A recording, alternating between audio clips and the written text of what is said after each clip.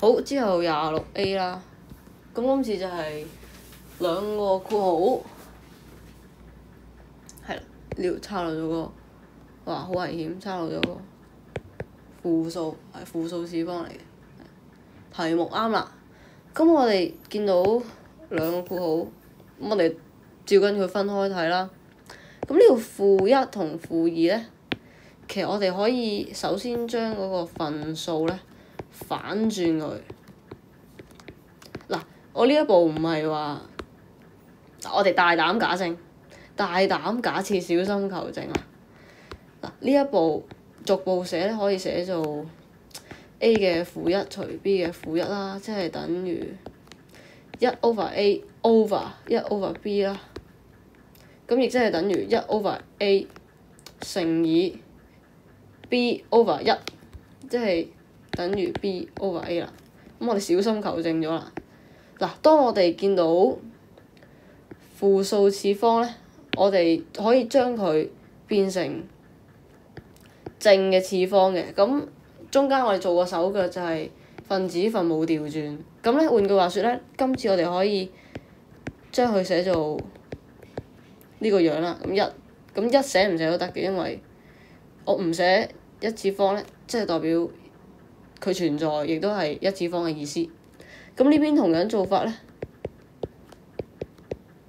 嘅二次方啦，咁即係 y 除 8x2啦。咁呢邊咧，我哋咧其實可以將個 y 咧調翻落去先嘅，因為佢 y 係負1，即係1除 y 啦。咁1除 y 就跌咗落個分母度。咁繼續咧就會係4嘅2次啦。我哋呢度拆括號嘅啫 ，x3 如6次啦 ，y21如2次啦。咁我哋數字同數字一齊寫，然之後我哋有 x2、x6，咁佢哋喺個分母度加埋，或者我哋照寫做乘數咧，就會係負2減6啦。然之後 y1 減2啦，因為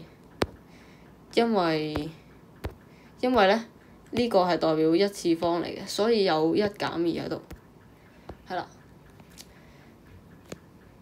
咁其實呢一個咧，亦都可以嗱，呢個第二個寫法係1除 2x 嘅2加6，你直接喺個分母度做 x 嘅乘數，咁就會係2加6。咁其實呢度係等於1除 x 嘅8啦。咁同呢個係一樣嘅，因為呢個計到係 x 嘅負8，咁即係調翻落個分母度就會1除 x 嘅8，係啦。有兩種諗法。